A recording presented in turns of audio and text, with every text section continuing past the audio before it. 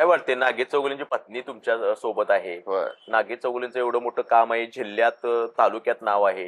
होय शहरामध्ये अनेक जे आंदोलनं केली त्या माध्यमातून नागरिकांना न्याय मिळतोय. होय. तुमच्या सोबत आहेत नगराध्यक्ष पदाचे उमेदवार जे आहेत ते महेश तुर्मटमठ आहेत. कसं वाटतंय तुम्हाला हे दोन्ही तुम्हाला? तरी नागेचं काम की बाबा म्हणजे त्याचं भरपूर आहे. कारण का मी ते फिरतेळी काय बघितलं प्रत्येक म्हणजे मला ते जुन्या वाडात जसं मला म्हणजे माझं जसं काम आहे हा.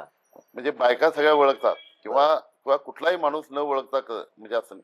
तिची पण म्हणजे तिथं त्या प्रभागात खरोखर ते भरपूर काम आहे त्याचं पण. काय प्रत्येक वेळी संकटाला तो जाणारा माणूस आहे. मी तिथं जरा नौका आहे मी, मात्र तिची साथ आणि माझी साथ त्या दोघांच्या ह्याच्यामुळं म्हणजे आम्ही पास होणार त्याच्यात. तुम्ही नौका असला तरी मार्च मध्ये तुम्ही जुनं होणार. होय होय मार्च मध्ये पर्यंत जुनं. हा होय नव्हता. आता कालच मी आपल्या इथं बाळूमा मंदिरच्या तिथं एक 8 मतं काहीतरी होती तिथं.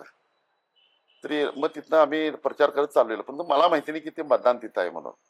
परंतु बायकाच्या ते म्हणजे काल ते चर्चा जराशी झाली की बाबा आपला ह्यो माणूस कोण आहे, उदयप्रीत कोण आहे, म्हणजे काय माहिती नव्हतं त्याला. फक्त आता आल्यात आणि बहुतेक करून आता भेटायला येणार मला असं वाटलं त्यांना. परंतु आम्हाला काही ओळख नाही आणि ते मतदार आहे माहिती बी नव्हतं मला. मग तिने काय केला, फोन नंबर कुणाकडनं तरी घेतला तिने आणि तिने फोन केले काल संध्याकाळी. मतदारांनी केला फोन? हा होय मतदारांनी केला आणि म्हणाले फक्त एक 5 मिनिटं जरासं येऊन जावं म्हणाले. मी आलोच, मी सगळं सोडलो ते. कारण का कोण माहितीच नाही तर ते माहिती तर आपलं घ्यायला पाहिजे.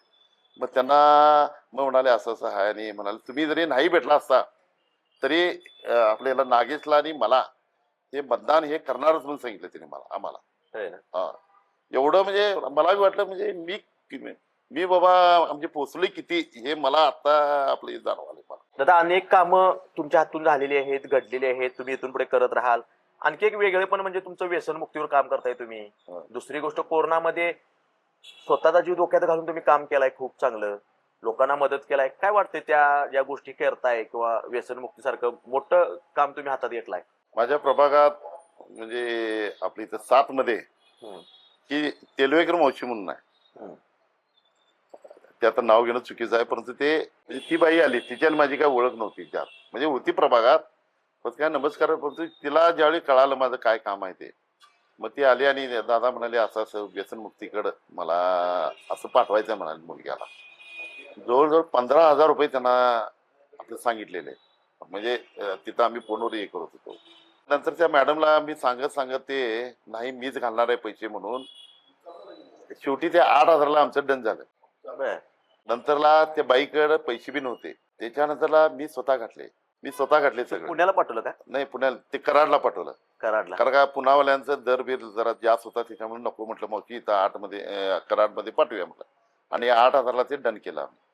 डन केलं. त्या मावशीकडे पैसे बी नव्हतं. गाडी भाडं जवळजवळ 3 का 3,500 रुपये म्हणजे घेत. फक्त पेट्रोलचे पैसे तेवढं घ्या म्हटलं. मी द्यायला मी ते सगळं रिक्वेस्ट केली आणि त्याला पाठवून दिलं. जवळपास 6 महिने तर होता तो तिथं. नंतर आला तो, त्याला घेऊन आलं. परंतु त्या म्हणजे तिची जी आई जी होती ती माहिती काय मला पोरगच म्हणायला लागली ती मला. आणि त्या पोरग्यात काय लग्न केलं आम्ही. आज त्याला मुलं बाळ तिने आले तरी तो तिच्यातनं जरा सावरलाय, जरा साधारण सावरलाय, कामाला वगैरे सगळं चाललाय.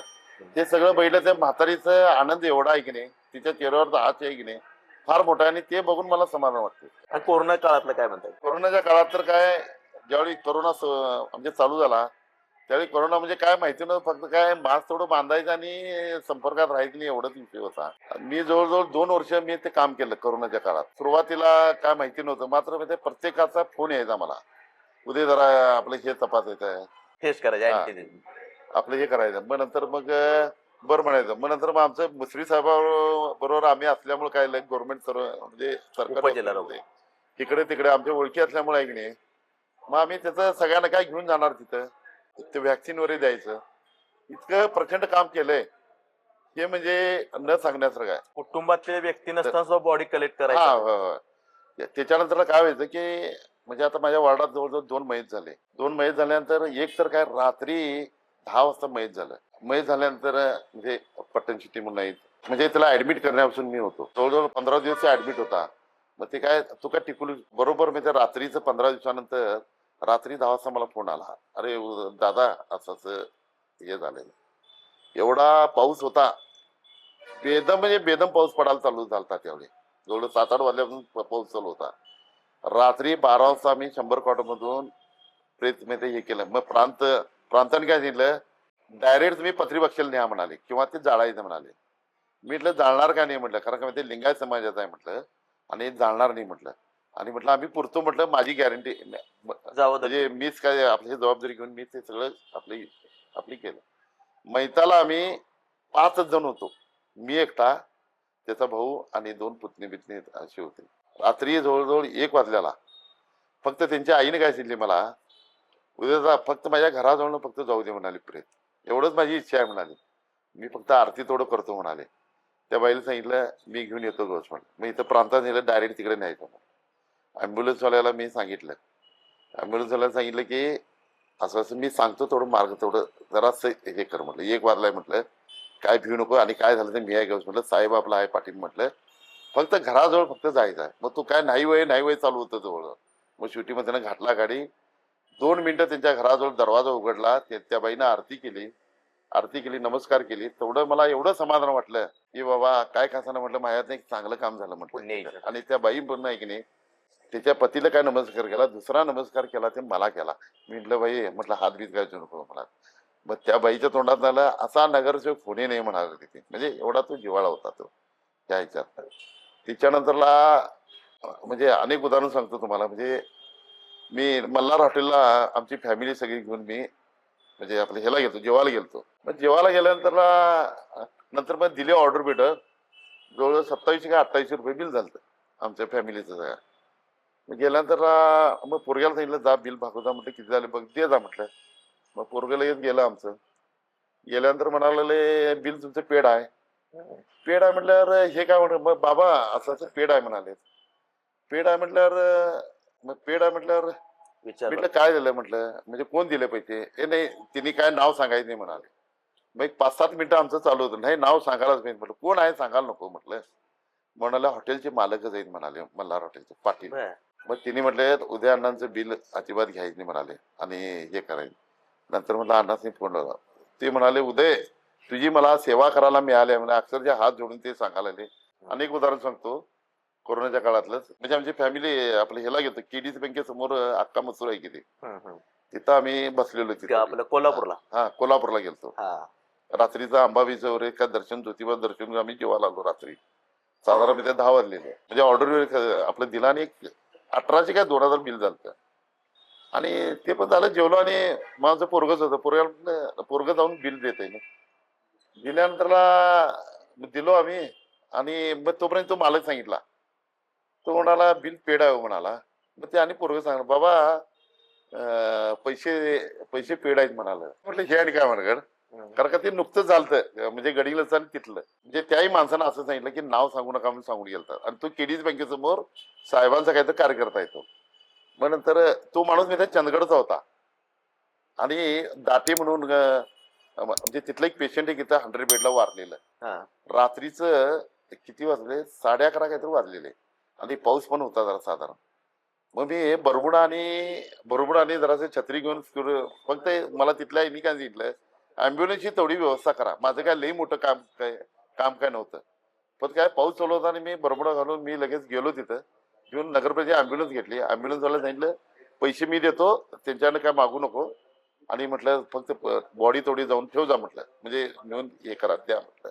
मी काय बॉडीला सुद्धा मी हात काय धरलो होतो, ते सगळे उचलून ठेवले, सगळं त्यांचे झाले आणि गेलं तिथे. नंतर मग त्यांच्याच पाहुण्याने मग तिथं ते जे काय बिल होतं की नाही त्या पाहुण्यांनी आणि ते तिथं मला ओळखला तो. ते अहो म्हणाला असं म्हणाला तुम्ही गडिंगलच घेते. म्हटलं तुम्ही कसं नाही म्हणाला असं तुम्ही रात्रीचं आलता वगैरे. मला तो प्रसंग आठवला मला तो. म्हणजे लोक कितपत जाण ठेवतात. म्हणजे निवडणुकीमध्ये तुम्हाला सहकार्य करतील असं वाटतं. 100% मला सगळीने एवढे मला फोन आहेत की नाही की बाबा इथे 1-2 मत आहेत, तिथं 2 मत आहेत, हे ते ना असं. आणि मला पैसे बी जास्त काय लागणार नाहीत. म्हणजे समोरचा जो आहे तो पैसेवान आहे, बलाढ्य माणूस आहे.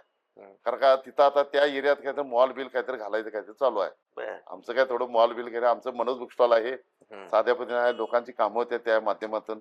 त्यातनं म्हणजे समाधान आहे आम्हाला, काय प्रश्न. पण काय सतत मी संपर्कात असणार माणूस आहे एवढंच. उदयदादा तुमचं खूप मोठं काम आहे, खूप चांगलं काम आहे.